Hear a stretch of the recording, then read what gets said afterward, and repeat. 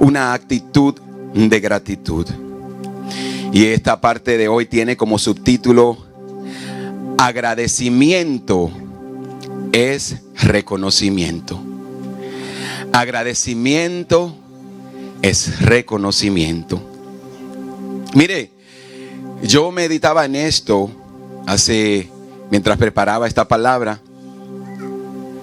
Y yo digo que el ministerio de la pastora y yo empezó hace unos años atrás, muchos años atrás, desde muy joven, antes de que nosotros fuéramos o nos dieran el título de pastor. Y en el transcurso de nuestra historia de ministro, de líderes y de antes de ser pastor, siempre nos tocó trabajar con personas, con jóvenes, con personas adultas y con toda clase de personas. Pero algo bien interesante es lo que pasaba y muchas veces pasa con la juventud, que nosotros como pastor nos ha tocado llevar a los jóvenes a diferentes lugares, nos ha tocado hablar, aconsejar a jóvenes, nos ha tocado incluso llevarlos a comer y hacer muchas cosas que uno hace en el servicio al Señor y por amor a la gente. Y algo bien interesante que se da muy frecuente en la juventud es que cuando ellos ven a alguien que hace algo por ellos, que ni siquiera es su familia o alguien personal o llegado a ellos, ellos se llenan de agradecimiento, se llenan de emoción.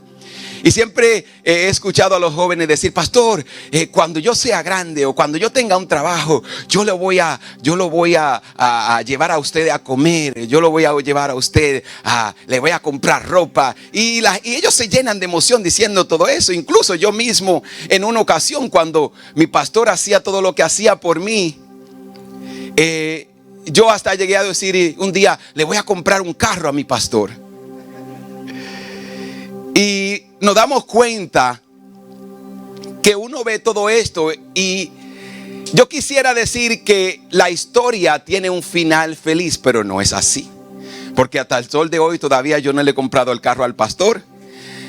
Y no solamente eso, pero muchos de esos jóvenes que hoy o que dijeron: pastor, lo vamos a hacer esto, lo vamos a llevar a cabo, vamos a hacer esto por ustedes, el día que consiguieron su trabajo nunca más miraron hacia atrás, nunca más nos invitaron, nunca más nos compraron los zapatos.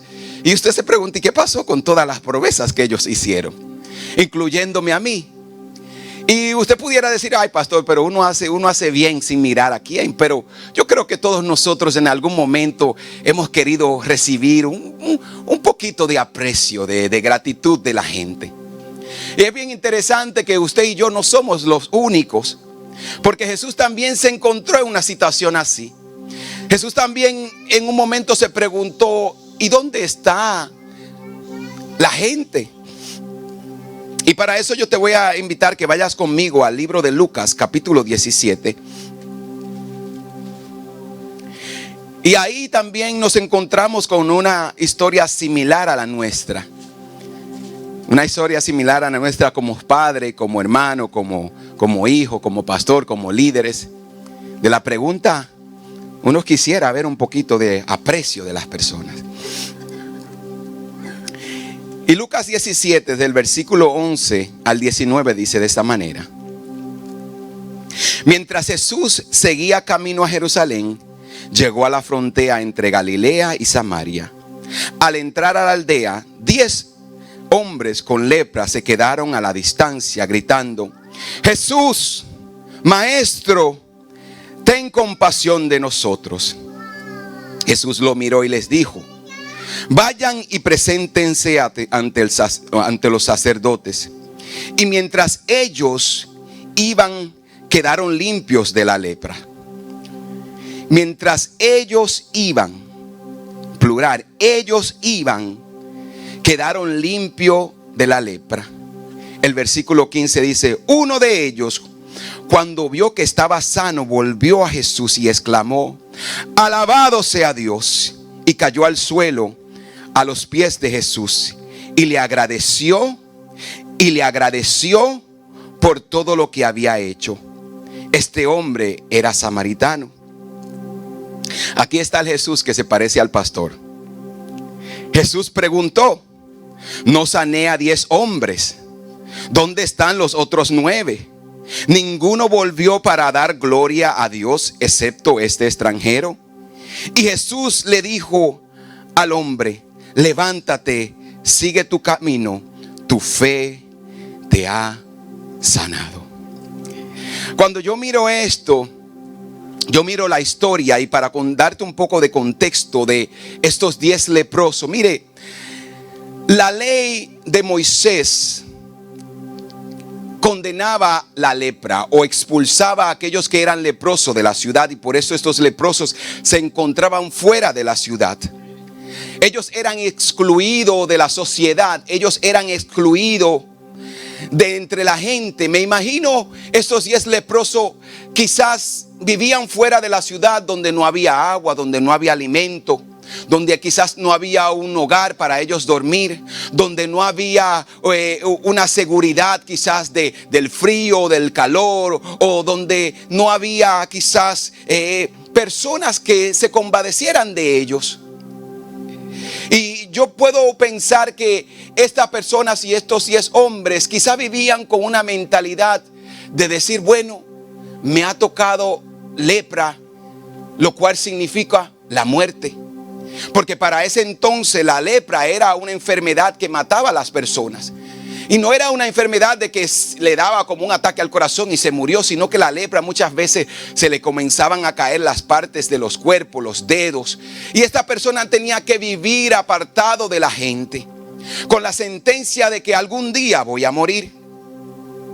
Y la ley había excluido a la gente, la sociedad los había expulsado y ellos estaban fuera de todo esto.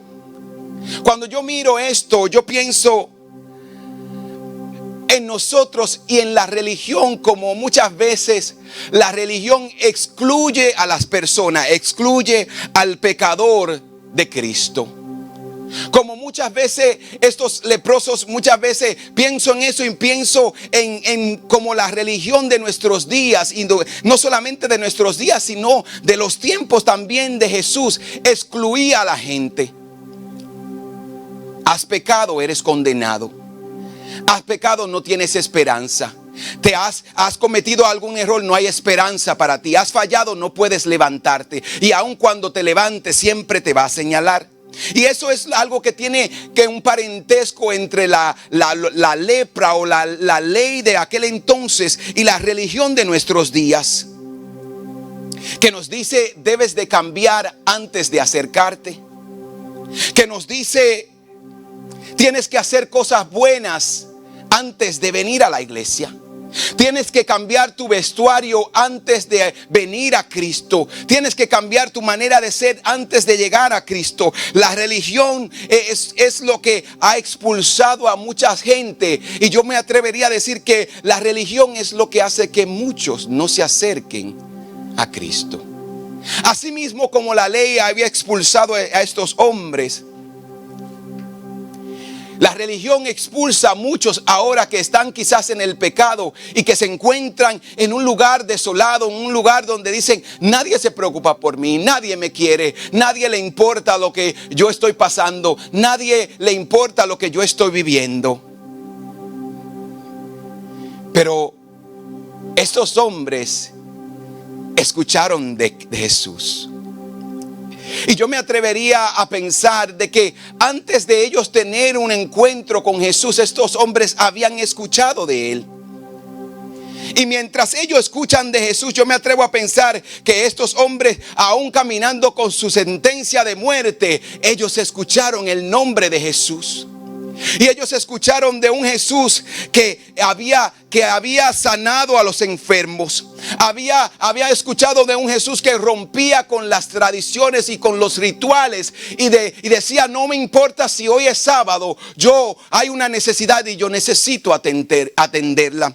Ellos escucharon de un Jesús que comía con pecadores. Ellos escucharon de un Jesús que sanaba a los enfermos. Un Jesús que había resucitado a los muertos. Y un Jesús que sobre todo tocaba a los impuros. Porque la ley de Moisés declaraba a toda persona de lepra que era impuro. Y yo me atrevo a pensar que cuando ellos dijeron, wow, este hombre, yo no lo conozco, pero he escuchado de él. Y en el momento que ellos supieron que él iba a pasar de una ciudad a la otra, ellos dijeron, necesitamos aprovechar la oportunidad y acercarnos a él. Y en el versículo 13 dice que ellos gritaron, maestro, ten compasión de nosotros. Y la palabra compasión lo que significa es, aduélete de mí. Mira mi dolor, ponte mis zapatos. Ellos le dicen, ten compasión de nosotros. Y una de las cosas que yo me atrevería a decir que Dios ha estado trabajando conmigo y con la pastora es que Dios no está comenzando a ver el corazón y la necesidad de la gente. Porque muchas veces somos rápidos y la religión muchas veces es rápido para juzgar. Pero no es tan rápida para perdonar. Y mire, yo le voy a decir algo. Y con esto yo no estoy autorizando de que usted vaya y viva en el pecado y haga el mal. Pero una vez nos tocó ir a California. Y el viaje de California acá a Maryland son 6 horas. Y cuando venimos haciendo la fila, pasando por la seguridad, nos pasa una persona con un mal olor al monte o la hierba o lo que decimos, lo que ellos se fuman ahí ahora que está de moda. Y yo digo, wow, yo espero que ese no nos toque a nosotros.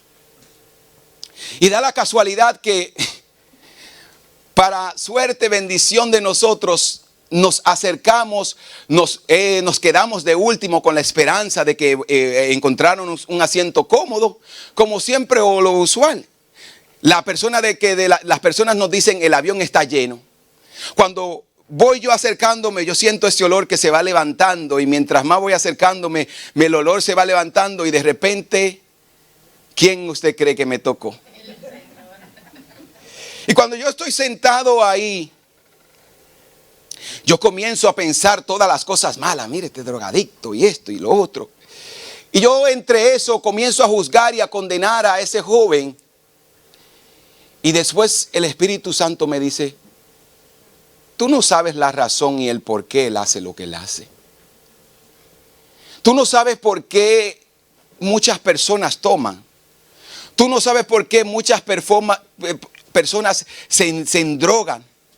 Y la realidad es que ninguna persona quiere destruir su vida. Ninguna persona quiere destruir su familia. Pero muchas personas tienen un dolor tan profundo en su corazón. Le duele tanto el alma. Ellos tienen tanto sufrimiento que muchas personas no saben a qué acudir. Y muchas veces acuden a las drogas, acuden al alcohol, acuden a las cosas malas. Y en vez de sanar el dolor, ellos lo que callan ese dolor tratando de sanar las heridas que hay en su corazón. Y cuando el Espíritu Santo me habló esto, yo dije, debo de pensar diferente. Y yo digo que semana después, yo digo que se vuelve a repetir la historia. Y la pastora le contó esto hace unas semanas atrás. Nos volvemos a montar en el avión y ahora escuchamos a un joven que comienza a maldecir y a maldecir. Y yo digo, el Espíritu Santo, Dios dándonos la oportunidad de redimirnos a nosotros mismos y ver el dolor. Y cuando yo escucho a este muchacho que está diciendo toda clase de mala palabra, un joven bien adolescente, yo iba a decir, y cuando yo lo miro, esta vez yo no lo miré con los ojos religiosos que dice, ¿cómo este muchacho tan joven dice tantas malas palabras? Y yo le dije, debes de estar nervioso que estás reaccionando de esta manera. ¿Y sabes lo que el joven me dijo en medio de todas sus malas palabras? Él me dice, sí, yo de alguna manera tengo que lidiar con estos nervios que tengo. Parece que él le tenía miedo a los aviones, tenía miedo a volar. Y él todas las malas palabras y la manera que él se estaba comportando no era porque él quería hacerlo así, sino que él estaba buscando la manera de buscar una paz en su corazón. Y cuando nosotros le dijimos eso, él de repente se calma y comienza a orar. Él comenzó a orar en un lenguaje que nosotros no entendíamos. Yo creo que era francés o patuá, alguno de esos idiomas. Y comienza a orar y yo digo,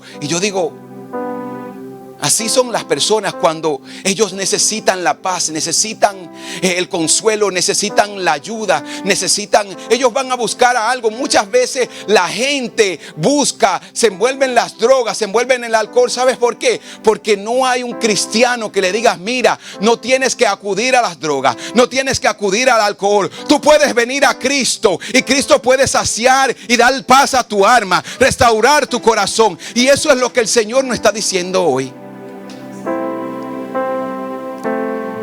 Y yo no estoy diciendo que está bien que la gente se envuelva en las... No me malinterpreten, porque hay muchos que dicen, vamos entonces a acudir a eso. No, eso te va a terminar de destruir. ¿Por qué? Porque tú estás buscando refugio, esperanza donde no hay. Entonces yo miro a las personas y el Señor nos ha comenzado a enseñar a las personas a ver su dolor. Y eso era lo que los esposos le estaban diciendo a Cristo: aduélete de nosotros. Mira el dolor donde yo me encuentro. Mira que he salido de un divorcio y no sé cómo resolver esto, y por eso estoy donde estoy. Mira que yo siento dolor. Mi padre, mi madre me dejaron. Yo vivo solo. Me abandonaron desde temprana edad. Mis padres, mi madre no le importa lo que pasa conmigo. Y yo necesito algo que calme mi vida. Aduélete de nosotros. ¿Sabes lo que el mundo nos está diciendo allá afuera? A nosotros, la iglesia: aduélete de nosotros. Ten compasión de mí. Ten compasión de mi dolor. No solamente me juzgue por las cosas que hago, sino mira más allá y mira mi dolor. ¿Sabes por qué muchas personas no vienen a la iglesia? Porque nosotros hablamos mucho de religión. Porque nosotros le decimos muchas veces: deja esto, deja lo otro, tú eres malo porque haces eso. Pero no le decimos nunca: mira, ahí donde tú te encuentras hay una esperanza. Ahí donde tú estás hay alguien que te puede libertar de esa droga, del alcohol. Hay alguien que puede restaurar tu casa. Y ese es el Cristo que yo he querido predicar y predico. Es por eso que yo estoy diciendo, y yo digo, yo quiero ver la gloria de Dios. Yo quiero ver a un Cristo que habla de amor. Yo quiero ver un Cristo que se compadece del que está sufriendo. Yo quiero ver un Cristo que levanta a aquel que se ha caído. Yo quiero ver a un Cristo que da esperanza al que no tiene ninguna. Y ese era lo que esos hombres le estaban diciendo a Jesús: ten compasión de nosotros. Ten compasión de nosotros. Y tú sabes algo, estos hombres entendieron que Jesús era diferente. Estos hombres entendieron que en Jesús había esperanza. Entiende la gente que tú eres diferente y en que en ti ellos pueden encontrar paz y esperanza. Mira, la religión le decía a estos hombres: eres impuro, son pecadores, apártense de nosotros. Mas cuando ellos escucharon a Cristo, ellos no dijeron, la ley le decía, tienen que decir: soy impuro, apártense de mí, para que la gente se apartara de su camino. Pero cuando ellos vieron a Cristo, ellos no gritaron: soy impuro. ¿Saben lo que ellos gritaron? Ellos dijeron: Jesús. Ellos dijeron: Jesús, ten compasión de nosotros. Si el mundo solamente entendiera que ellos solamente tienen que clamar Jesús. Si nosotros le dijéramos con más frecuencia a la gente: mira, solamente tienes que clamar el nombre de Jesús. Solamente tienes que decir Jesús. Solamente tienes que clamar a su nombre y Él vendrá en tu ayuda. Más milagros estuvieran sucediendo en nuestra sociedad. Más personas se hubieran acercado a Cristo. Debemos de pronunciar con más frecuencia, invitar a la gente con más frecuencia a decir el nombre de Jesús. Romanos 5:8 dice: pero Dios mostró gran amor, que Él nos tiene, que envió a su Hijo para morir por nosotros cuando todavía nosotros éramos pecadores. Dios no esperó que tú cambiaras, que yo cambiara para enviar a su Hijo. Él lo envió porque Él nos amó. Dios nos amó antes de que nosotros cambiáramos en nuestra vida. Dios nos amó y se acercó a nosotros antes de que nosotros nos apartáramos del pecado. Ahí donde estábamos, Él nos alcanzó. Ahí donde estábamos, Él nos salvó. Y continúa la historia y dice que estos hombres, Jesús le dice: vayan y preséntense ante los sacerdotes. Pero me gusta mucho la historia y yo me comencé a preguntar, porque Jesús le dice en el versículo 17: vayan y preséntense ante el sacerdote. Pero en el versículo 17 Él después dice: ¿dónde están los 10 hombres que sané? ¿A dónde están los otros 9? Y yo, como soy muy preguntón, comencé a preguntarme: ¿por qué si Jesús le dijo vayan y preséntense ante los sacerdotes, después Él pregunta por ellos? Yo no sé si usted se hace esa pregunta cuando lee la Biblia, pero yo le pregunto a Dios: ¿cómo es eso, Señor, que váyanse y preséntense al sacerdote, pero entonces cuando me voy me preguntas que por qué no estoy aquí dándote gloria y honra y adorándote? Es lo mismo que usted hace con sus hijos. No se haga. Usted le dice a su hijo que haga algo, cuando él va y lo hace, usted dice como quiera, usted está molesto porque usted sabe que él lo hizo de mala gana o de mala voluntad. Y Jesús le dice: vayan y preséntense al sacerdote. Y después entonces Él pregunta: ¿dónde están los otros 9? Y esto para mí como que no hacía sentido. Yo digo: ¿por qué Jesús hace la pregunta? ¿Sabe? Y encontramos la respuesta a esta pregunta, o a mi pregunta, en el versículo 18. Jesús dice en el versículo 18: ninguno volvió para dar gloria a Dios excepto este hombre. Ninguno volvió para dar gloria a Dios excepto a este hombre. ¿Y sabe por qué Jesús hizo esta pregunta? Porque muchas veces estamos más enfocados en obedecer las tradiciones que obedecer a Dios. Porque muchas veces usted quiere cambiar a la gente antes que Dios cambie a la gente. ¿Sabe por qué Jesús hizo esta pregunta? Porque había 9 que pensaron y dijeron: no, yo voy a ir a hacer lo que la tradición, lo que los rituales me dicen, que era ir y presentarse ante la gente, ante los sacerdotes. Y ellos entendieron y dijeron: no, vamos a ir a hacer lo que Jesús nos dijo. Y miren, no había nada malo en que ellos fueran a presentarse al sacerdote. No hay nada malo que usted se goce por su milagro, porque Dios lo sanó. No hay nada malo en que usted diga: yo superé el cáncer. Pero hay una gran diferencia entre yo decir yo superé el cáncer, que yo decir Dios me ayudó a superar el cáncer, Dios me sanó de cáncer. Hay una gran diferencia entre yo decir yo trabajé fuerte y compré una casa, que yo decir yo trabajé, Dios me dio la fuerza para yo comprarme una casa. Entonces esa es la diferencia, y es por eso que Jesucristo dice: ¿dónde están los otros 9? Solamente uno volvió para darle gloria a Dios. Muchas veces les damos más importancia al milagro que alabar al Dios de los milagros. Dios me sanó, que decir Dios me sanó. Entonces nosotros tenemos que entender que los 9 estuvieron más dispuestos a seguir los ejercicios religiosos. Vete, preséntate ante el sacerdote. Vete y haz lo que tienes que hacer. Mira algo interesante. Hay muchas personas que hacen como estos 9. Ellos hablan, ellos leen su Biblia, ellos van a la iglesia y cantan los cánticos, pero su corazón está lejos de Dios.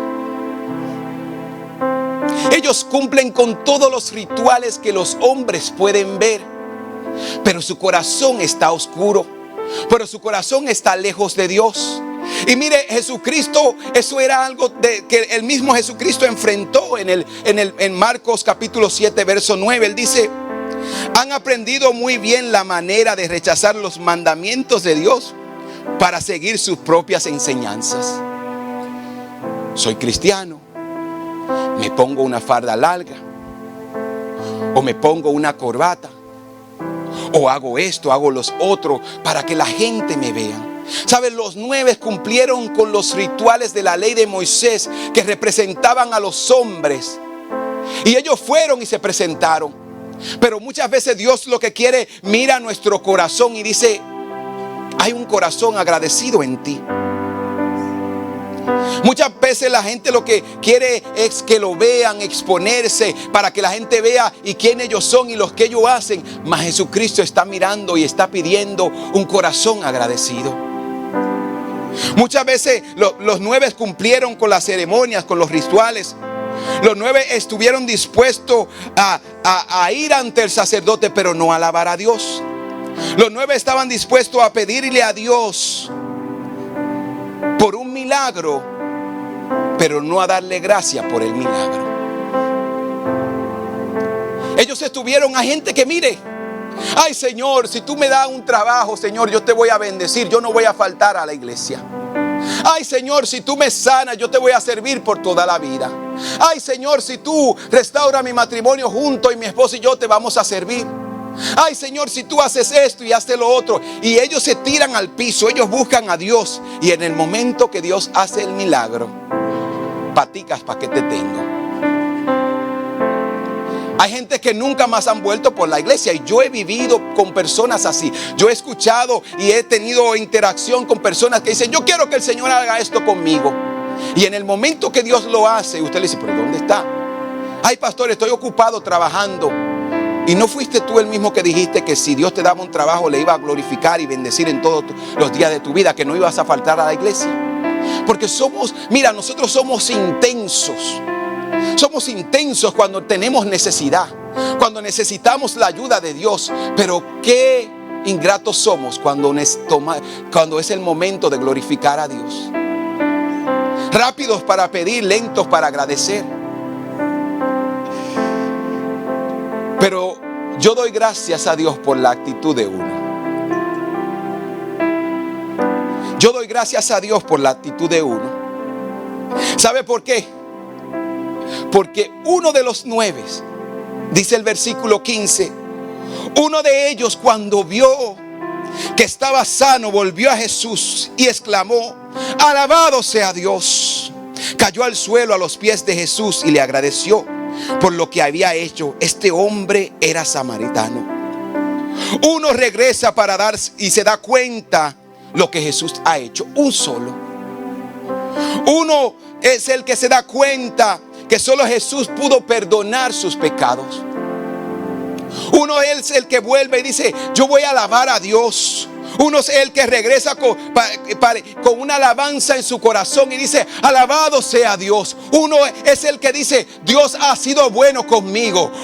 Uno es el que dice: Dios me ha cambiado la vida. Cuando todo el mundo me rechazó, Él me perdonó. Cuando todo el mundo me dio la espalda, Él estuvo conmigo. Cuando todo el mundo me señaló, Él me dio esperanza. Uno regresó para glorificar a Dios. Uno es el que regresa y se postra a sus pies, humillado y diciendo: yo no podía hacerlo por mí mismo. Yo no podía haberme sanado por mí mismo. Mire algo interesante, que cuando tú entiendes lo que Dios ha hecho por ti, nadie te va a callar la boca. Tú vas a abrir la boca y vas a decir: Dios ha sido bueno, Dios me sanó, Dios me perdonó. Mira, yo estaba en el alcohol, Dios me sacó del alcohol. Mira, mi matrimonio estaba destruido, Dios restauró mi casa, Dios restauró mi hijo, Dios restauró mi familia. Cuando uno entiende y le da gloria a Dios, Dios te bendice aún más. Uno es el que dice: yo voy a ir y yo voy a morir por la humanidad. ¿Y quién irá en rescate de la humanidad? Ese uno fue Cristo. Ese uno es el mejor ejemplo que tú y yo necesitamos para entender de que si uno se atreve, de que si uno abre la boca, de que si uno le cree a Dios, Dios por la fe de ese uno va a hacer el milagro. Uno que se atreva a decir y ponerse de pie y decir: yo le bendigo al nombre del Señor porque Él me salvó, porque Él me perdonó. Dios está buscando a uno. Dios está buscando a uno que esté dispuesto a conocer el corazón del Padre. Dios está buscando a uno que diga: heme aquí, Señor, envíame a mí. Dios está buscando a uno que diga: Señor, mira, aunque ellos no vayan, yo voy a ir. Dios está buscando a uno que diga: aunque ellos no adoren, yo voy a adorar. Dios está buscando a uno que diga: aunque todo el mundo te dé la espalda, yo no te voy a dar la espalda. Dios está buscando a uno que diga: yo tengo agradecimiento, y porque yo soy agradecido, yo también te doy y reconozco que Dios me ha perdonado. Dios está buscando a uno que entienda que agradecimiento es reconocimiento. Porque los 9 quizás fueron y se presentaron ante el sacerdote y le dijeron: estás sano. Pero uno dijo: yo tengo que testificar de la gloria de Dios. Y es por eso que el Señor dice: ¿dónde están los 9? Es por eso que la actitud de este hombre dice: vete, sigue tu camino. Uno conoció la voluntad del Padre. Uno entendió que agradecimiento es reconocimiento. Y mira, el salmista David en el Salmo 103 dice: alaba, alma mía, a Jehová, al Señor, y no te olvides de ninguno de sus beneficios. ¿Sabes lo que significa la palabra agradecer? La palabra agradecer proviene de la palabra antigua alemana que dice tango, que significa pensar. Y es por eso que el salmista, cuando se da cuenta, él le dice a su alma: no te olvides de todo lo que Dios ha hecho por ti. No te olvides de donde Dios te sacó. No te olvides de donde Dios te ha traído. No te olvides que tú fuiste el menospreciado entre tus hermanos, mas Dios te escogió a ti. No te olvides que había muchos, y entre la multitud de millares de personas, Dios te llamó a ti, te llamó a ti, te llamó a ti. Entonces el salmista dice: no te olvides, piensa en lo que Dios ha hecho. No te olvides de lo que Dios ha hecho. Y él dice: alma mía, alaba al Señor. Si te detienes a pensar, tendrás una razón para adorar. Si te detienes a pensar, tendrás una razón para celebrar. Si te detienes a pensar, tendrás una razón para cantar. Si te detienes a pensar, tendrás muchas razones por qué agradecer al Señor. Iglesia, Dios está buscando a uno. Iglesia, Dios está buscando uno, y ese uno eres tú. Dios está buscando a uno que reconozca y que diga: Dios ha sido bueno. Yo glorifico al Señor porque Dios me ha librado. Si te detienes a pensar lo bueno que Dios ha sido, si te detienes a pensar y comienzas a meditar que las peticiones que tú venías orando por mucho tiempo, ya Dios la ha contestado. Querías un esposo, Dios te dio un esposo. Querías una casa, Dios te dio una casa. Querías un buen trabajo, Dios te dio el buen trabajo.